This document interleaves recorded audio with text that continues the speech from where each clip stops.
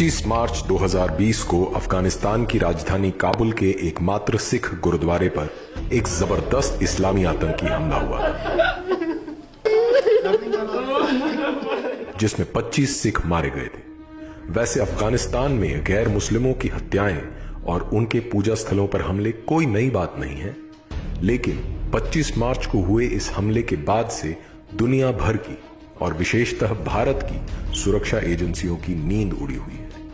कारण है कि इस हमले की जिम्मेदारी इस्लामिक स्टेट ऑफ खुरासान नाम के इस्लामी आतंकी संगठन ने ली है। इस्लामिक स्टेट ऑफ खुरासान क्या है और ये भारतीय क्षेत्र के गैर मुस्लिमों के लिए क्यों एक गंभीर खतरा है, इसे समझने के लिए पहले इस्लामिक स्टेट को समझते हैं। Who begin to slaughter your people on your streets.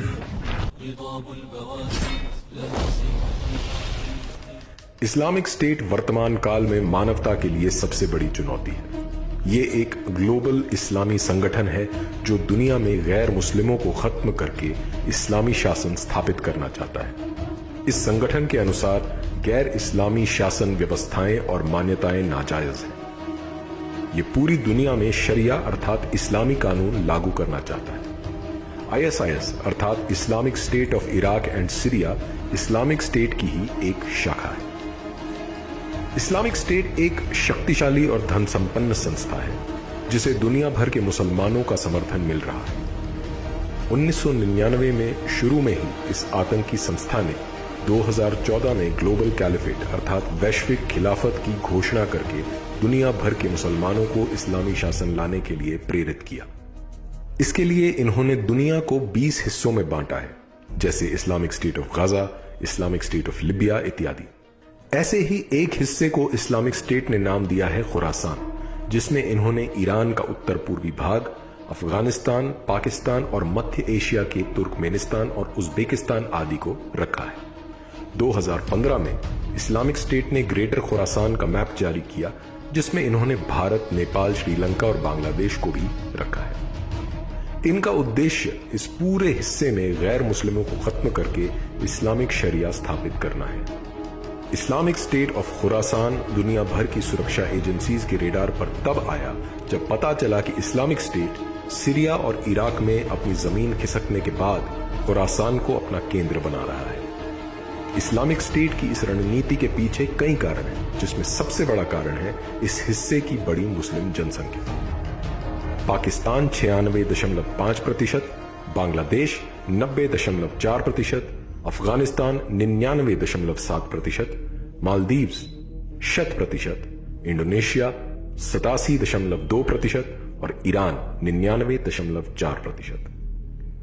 वर्तमान में भारत इंडोनेशिया के बाद सबसे ज्यादा मुस्लिम जनसंख्या वाला देश है और 2050 तक दुनिया में सबसे ज्यादा मुसलमान भारत में ही होंगे।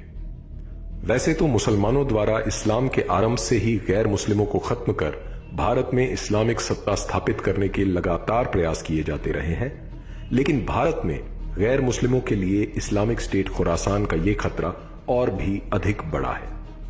सीरिया में भारत के राजदूत रह चुके राजेंद्र अभयंकर के अनुसार इस्लामिक स्टेट के एजेंडा में भारत भी शामिल है। हिंदू बाहुल्य भारत पर कब्जा कर इस्लामिक स्टेट खुरासान पूरी दुनिया के इस्लामिक देशों में अपना प्रभाव बढ़ाना चाहता है। आए दिन पूरे भारत से इस्लामिक स्टेट खुरासान से संबंध रखने वाले आतंकवादियों का पकड़ा जाना इस बात का प्रमाण है कि भारत में इस्लामिक स्टेट खुरासान को मुसलमानों का पूरा समर्थन मिल रहा है।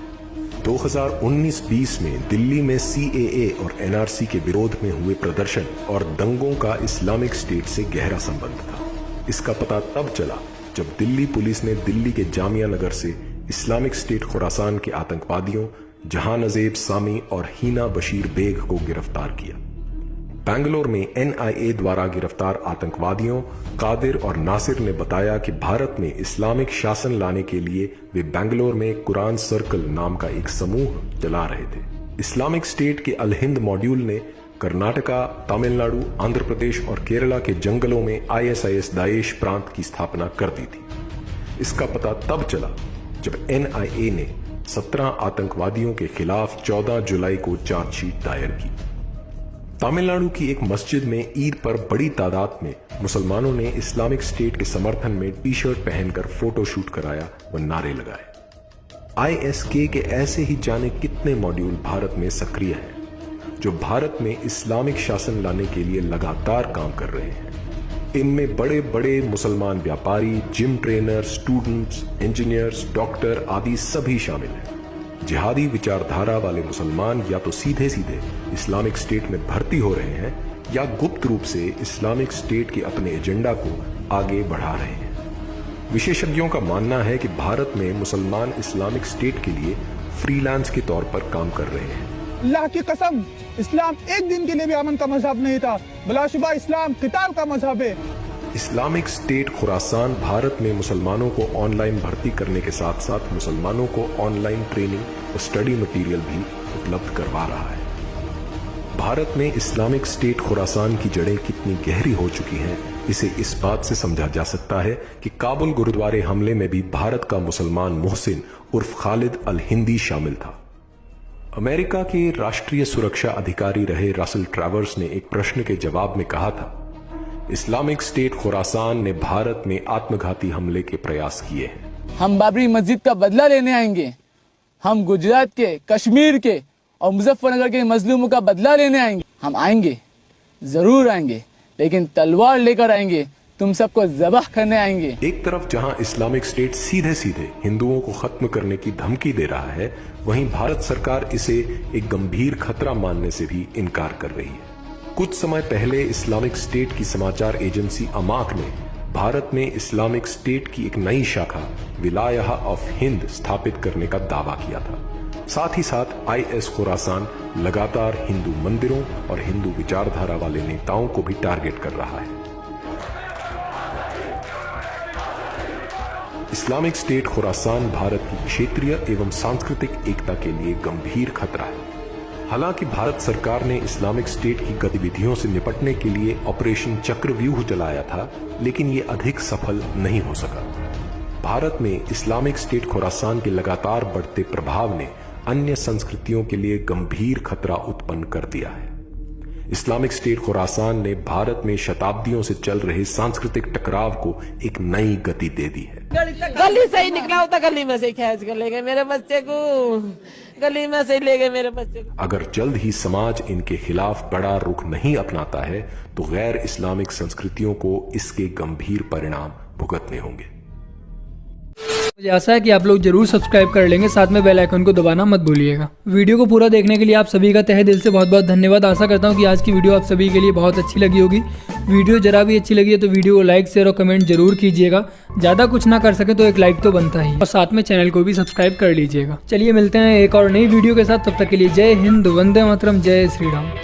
खत्म,